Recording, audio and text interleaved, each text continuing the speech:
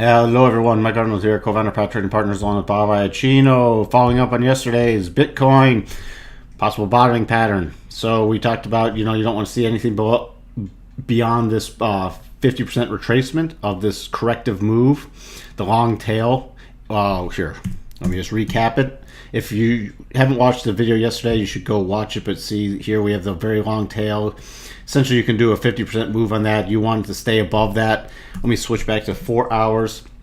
So now we made this little dip sideways, got back rotation back up. That's really nice entry holding here. Looks like we're going to get the first cross unless we have a sell-off. What you especially don't want, you have all this prior resistance. See right about 61.33 to about 61.96.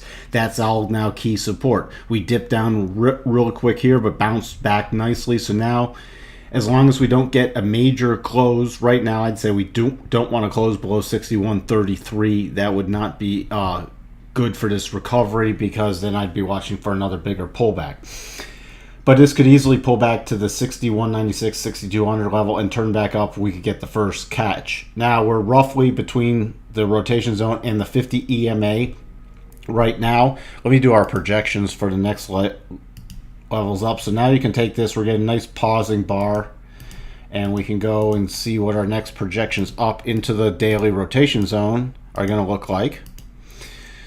So we're looking at for about 64.14 to 64.87, the next key levels. So let's switch over to that daily chart right now.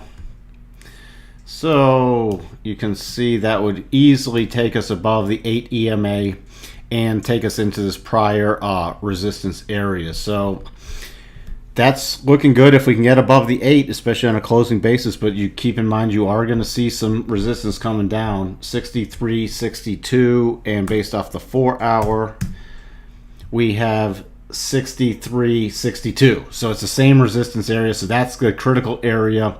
So at least if you've bought something, start moving up your stops on this rally, because if we can't sustain a move above this, there's a lot of resistance overhead, and you don't want to turn a possible winning position or even something you could do for break even into a losing position, because we're still against the rotation zone and we've had a lot of weakness in Bitcoin. Looking at Bitcoin Cash again, we did the same analysis. Didn't want it to get below 720. This again moved sideways, got pinched between the 8 and the 21. Finally breaking up really nice. Keep in mind, we're back between the 8 and 21. We don't want to close below the 735 level. That is a sloppy double top. If we did get a close below that, then I'd really be watching for a bigger pullback. So that's moving up the stops now. We don't have, like on Bitcoin, we have close to the first cross. This is just pinching it together. So we're going to see whichever way this breaks. And if it breaks down, if you did do any aggressive buying here, at least know where your stop is. Now, if we rotate back up, I'll do the levels on here too. We got a nice pause there.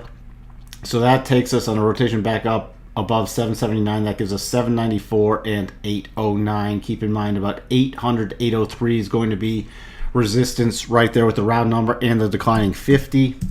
So make sure you've moved up your stops there, and let's check in on that daily. And again, 803 with that 8 EMA on the daily. So that's going to be a very key area. Do not ignore the 800 level right now. And you can see how much farther this is away. So this still has a little more weakness in Bitcoin. Bitcoin Cash has more weakness. So just keep that in mind. You also see we did have this minor divergence. So we lower low in price action, higher low in the RSI. So this is a pretty nice bottoming formation that's holding so far, but don't just take it for granted based off all the weakness we've had. So we have for you on Bitcoin and Bitcoin Cash. We'll talk to everyone soon. Bye for now.